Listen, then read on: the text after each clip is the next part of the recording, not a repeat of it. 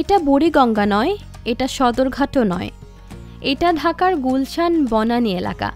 হ্যাঁ, ঠিকই শুনছেন, অভিজাত এলাকার মাঝেই মানুষ নৌকায় পারাপার করে গুলশান থেকে মহাখালী।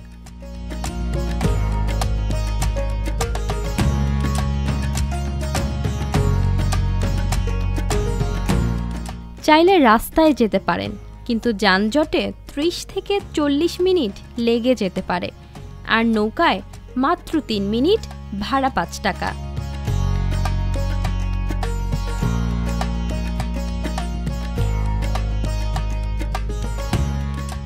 অফিসগামী মানুষ, শিক্ষার্থী, করাইল বস্তির বাসিন্দা, এমনকি গুলশানের ব্যস্ত কর্মজীবীরাও নৌকায় চেপে এই পথ পার হচ্ছেন।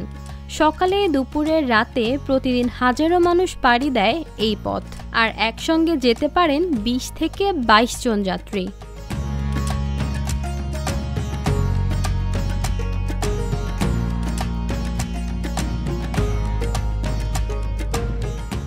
যাত্রীরা বলছেন সময় বাঁচে, ঝামেলা কম, তাই তারা নৌকাই বেছে নেন।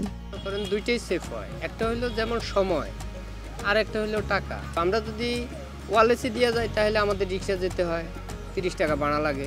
বাট্টাতে আসা যাওয়া এদিক দিয়ে আমার জন্য সুবিধা। আবার যদি মনে করেন ওয়ারলেস দেওয়া যায় তাহলে আমার খরচ বেশি পড়ে। রিক্সা দিয়ে আসলে ৩০ টাকা লাগতো, আর এখন ৫ টাকা দিয়ে অতি সহজে আসা যায়। এইখানে আসলেই অন্যরকম একটা জগৎ লাগে যে ঢাকার মধ্যে নৌকার মধ্যে উঠতে পারতেছি, তা আবার গুলশানে, মানে অবিশ্বাস্য।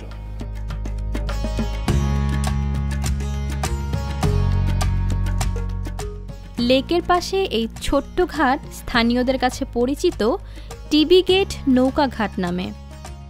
আগে প্রথম নৌকা দিয়ে যেতাম, এখন আবার নৌকা দিয়ে যাই। মাঝখান নৌকা ছিল না, মানুষ ওদিকটা ঘুরে গেছে, আইতে ঝামেলা হয়েছে। ওয়ারলেস দিয়ে ঘুরে গেলে অনেকটা, মানে ১০০ টাকা ১৫০ টাকা রিক্সা ভাড়া লাগে, টাকাও লাগে।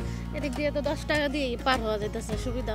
ওই জায়গার মানুষের রাস্তায় যাওয়া যাওয়া অনেক কষ্টের জন্য নৌকা দিয়ে শর্টকাটে যাইতেছে। ওদিক দিয়ে ঘুরে গেলে প্রায় ১ ঘন্টা লেগে যায়, গাড়ি ভাড়া লেগে যায় ৫০-৬০ টাকা, এতে ৫ টাকার বিনিময়ে পারে তাড়াতাড়ি ডিউটিতে যেতে পারে।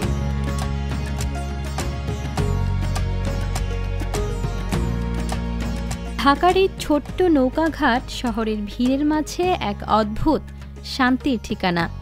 চাইলে আপনিও একবার নিতে পারেন এই অভিজ্ঞতা।